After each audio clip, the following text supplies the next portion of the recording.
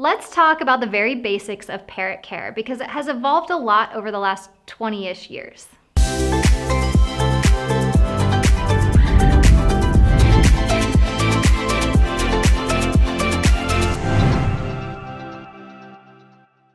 Caging. People used to be okay housing their birds in cheap enclosures made out of chain link or other galvanized metal enclosures because they never had a bird die from it. But all birds are different and some will chew on their cages and others won't.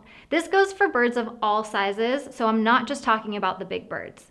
Galvanized metal is toxic to parrots, and although metal toxicity can be treated, if it is left ignored or maybe not recognized early enough, it will kill a bird.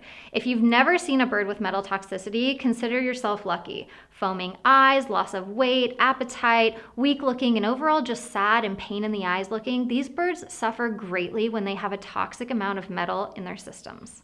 Instead, choose stainless if you have the budget for it, or go with a powder-coated cage or enclosure. Caging size has also changed over the years. Instead of keeping birds in breeder-type cages where they can not only beat up on one another but fight over resources like food and water and their favorite perch, housing birds individually so they don't have to defend their valuables against cage mates is most ideal. Socializing birds can happen outside of the enclosure or in a separate aviary that's large enough for each bird to get away from one another. But sleeping and eating should be done separately to avoid fighting and injury. Even birds who have gotten along their whole lives have conflict, so be wary about caging birds together 24/7. What goes in the cage matters. 20 years ago, pet owners were mostly getting info from their breeders, who were giving their birds the bare minimum because they just wanted them to reproduce and not focus on anything else. Nowadays, though, we know better and we realize that our birds need enrichment because if left without it, they often become self-destructive, which is very difficult to reverse, fix, or even improve. Simple dowel perches were acceptable back then, but now we know they cause a lot of foot injuries like bumblefoot and foot sores. Birds need a variety of perch options just like they would have in the wild, from flat options to wide to thin and everything in between. Think different sizes, diameters, and textures. Next is diet. Just as other pet food is evolving, so has bird food. 20 years ago, an all-seed diet was the norm, but now we know that's just junk food and should never make up 100% of a bird's diet. A bird's main diet should consist of fresh, colorful vegetables, cooked grains and legumes, and fresh sprouts as their morning meal. I call this a seasonal feeding system because this blend should change with what's in season, just as a wild bird food sources would. Their other meal should be an organic, cold-pressed pellet. Nothing processed or artificial unless your bird has an illness or allergy to raw, real food. Processed pellets should not be part of your bird's diet.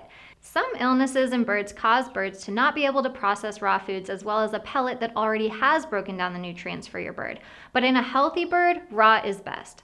Pellets make up any nutritional gaps in the fresh food your bird may be missing or avoiding.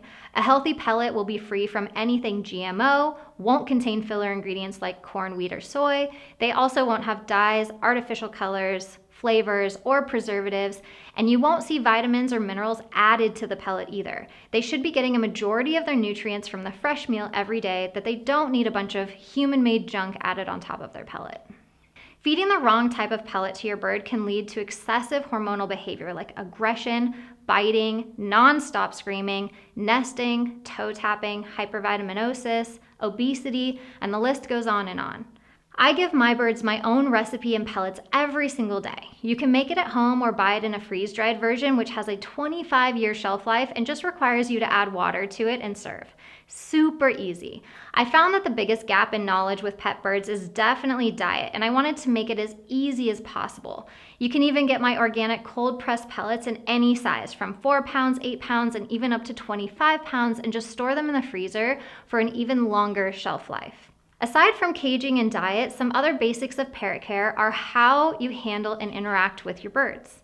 Birds are not dogs and cats, and if stroked or pet like one, they will become hormonal, as this is a clear signal to your bird that you want to be its mate and not its friend. This can lead to the bird over-bonding with one person in the home and attacking everybody else. Learn more about the basics of parrot care at my website, birdtricks.com, where we teach all about handling, creating a family-friendly parrot everyone in your home can enjoy, and we teach about the best all-natural parrot toys to give your bird, as well as how to encourage your bird to actually use them. Parrots are the third most popular pet in the entire world, yet the #1 most rehomed.